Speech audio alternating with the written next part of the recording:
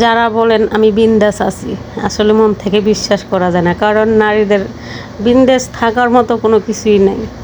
একমাত্র একটাই থাকতে পারে, যদি তুমি নিজের পায়ে দাঁড়াতে পারো, যাতে স্বামীর থেকে 2 টাকা নিয়ে চলতে না হয়।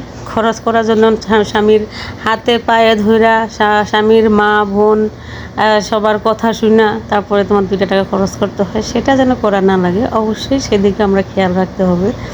আর নারীরা আসলে অবশ্যই কিছু করার দরকার, যেন সন্তানদের ভবিষ্যতের জন্য হতে পারে। সেটা সন্তানের কাছে তুমি ভবিষ্যতে যেন সুখে শান্তিতে থাকতে পারো, সেটার জন্য হতে পারে। আর তৃতীয়ত হচ্ছে যে যাতে স্বামীর কোনো কথা না শুনে তোমাকে চলার মতো যোগ্যতা করতে পারো, সেটা করতে হতে পারে।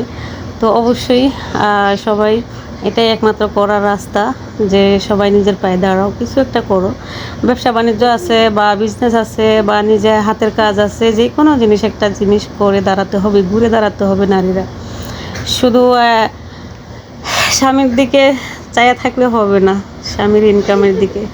কারণ স্বামীর টাকা অনেক মূল্য। স্ত্রীর টাকার যদিও স্বামীর কাছে মূল্য থাকে না, কিন্তু আর স্বামীর টাকার স্বামীর কাছে অনেক মূল্য থাকে। সে চাইবে না কখনো যে তুমি 2 টাকা তোমার মনের মতো খরচ করো, তোমার ইচ্ছে মতো খরচ করো। তোমার আজকে মন চাইছে, এক কোথাও গেছো, এক জায়গায় বের হয়েছো বাচ্চাদেরকে নিয়ে, সন্তান নিয়ে বা বান্ধবীদের নিয়ে বা স্বামীকে নিয়ে বের হয়েছো, কিন্তু এখানে দেখা গেছে যে তুমি 2টা জিনিস চাইলে স্বামী হয়তো বা একটাতে রাজি হতে পারে, তবেও অনেক মত করে তারপরে রাজি হতে পারে পারে কিন্তু হবে কিনা সঠিক না। কারণ সব স্বামীরা এক হয় না, কিছু কিছু স্বামী আছে ভালো হয়, যেটা আমার চোখে দেখা। তো আমরা অবশ্যই কি করতে হবে, অবশ্যই আমরা নিজের পায়ে দাঁড়াতে হবে, নিজেরা কিছু করতে হবে, স্বামীদেরকে দেখাতে হবে সন্তানের মানে সন্তানের ভবিষ্যতের জন্য, নিজের জন্য, নিজের ভালোর জন্য অবশ্যই করা উচিত আমি মনে করি। যাই হোক, কেউ আবার দেখেন আমার গাড়ি দিয়েন না যে স্বামীর উপর আপনার তো খুব কেন, আর নিজে কিছু করতে হবে কেন। আসলে এটা আমরা নারীরা যারা আছি আমাদের ভালোর জন্য বলা। কারণ যেমন আমি এখন সবজির দোকানে আসছি, আমার এখানে দেখা গেছে আমার 4টা জিনিস পছন্দ, কিন্তু আমার স্বামী আমার 2টা জিনিসের টাকা দিছে, তাহলে আমি 4টা জিনিস কীভাবে নেব?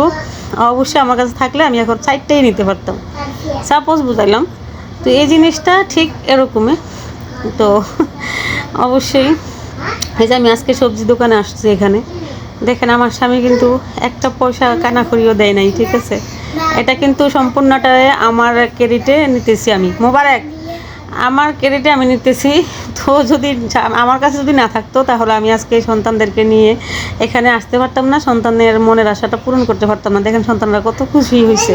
তো অবশ্যই সন্তানদের জন্য, সন্তানের ভবিষ্যতের দিকে যে তাকিয়ে আমাদের কিছু করতে হবে।